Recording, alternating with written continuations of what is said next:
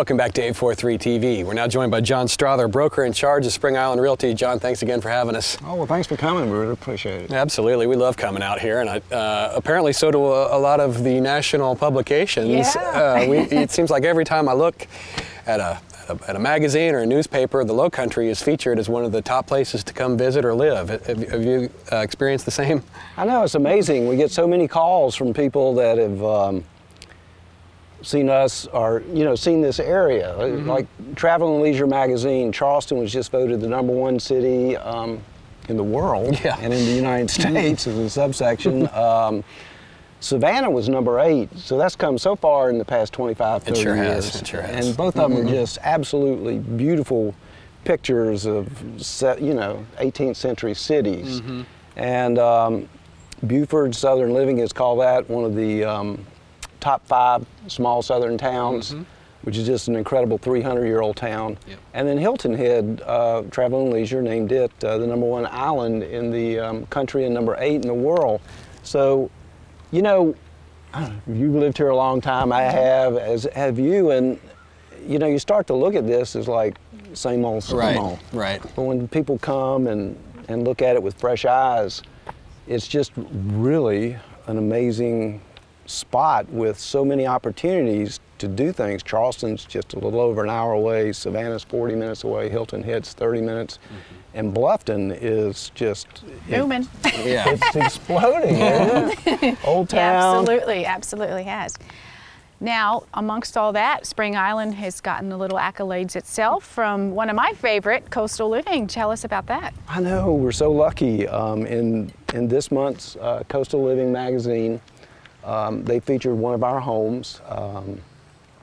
One of our members, he had bought 2 lots on the Carlton River and had a dock. It had these beautiful oak trees, and it was a narrow, long lot. And so Historical Concepts from Atlanta, he worked with them, and Jay Banks on Hilton Head on the interior design, designing this just really adorable, rambling, they called it a fish shack or whatever. It's a pretty nice fish shack. But it's a combination of, I believe, 4 buildings on the site that are nestled around these oak trees, these live oaks. And you can barely see it from the road, and you pull in, and it looks so modest. And it has these long dog trots to the main house, to the guest house, to the carriage house with Charles's man cave above that. I mean, it's just a really beautiful, beautiful home. And Golf Week has named Old Tabby Links, our golf course here. It's a very private course. There's we only have 400 total members, as one of the top 100 modern courses in the world. Wow. Not the state, but the world. Yeah. And one of the top 30 private residential courses in the country. But ours is so special, and it's just really nice that our members have that as a component to their experience here. You can go out and enjoy nature all day long and go out and play our golf course, and it's so unique in the sense that it's such a big course, and it's like a walk in nature. There are very few houses on it, and it's just an amazing piece of art. Absolutely. Now, John, we usually reserve this section of the show to talk about specific home sites and available homes, but we're going to switch it up a little bit. I'm always interested in here, and we talked a little bit about the Low Country Rambler and how these designs kind of blend in with the natural setting here in Spring Island. I'm excited to hear about a sprawling design that an architect in Beaufort helped design. Is that correct? Yes, Frederick and Frederick.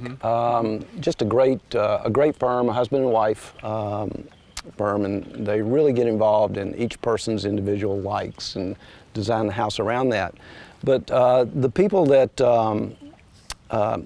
people bought this 4.5 acre lot on Pole Creek, a beautiful high lot with a pond to the right, and the marshes and the Carlton River in the distance out, and the lot must be 21 feet high. So I mean, it's just, you're sitting high on this bluff, beautiful breezes, beautiful hardwoods around it.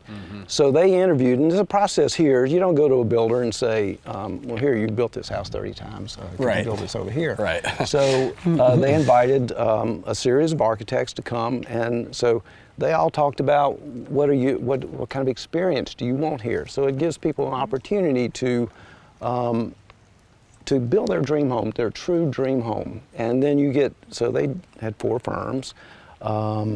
They told them all the things that they liked. They all came back with their interpretations of that.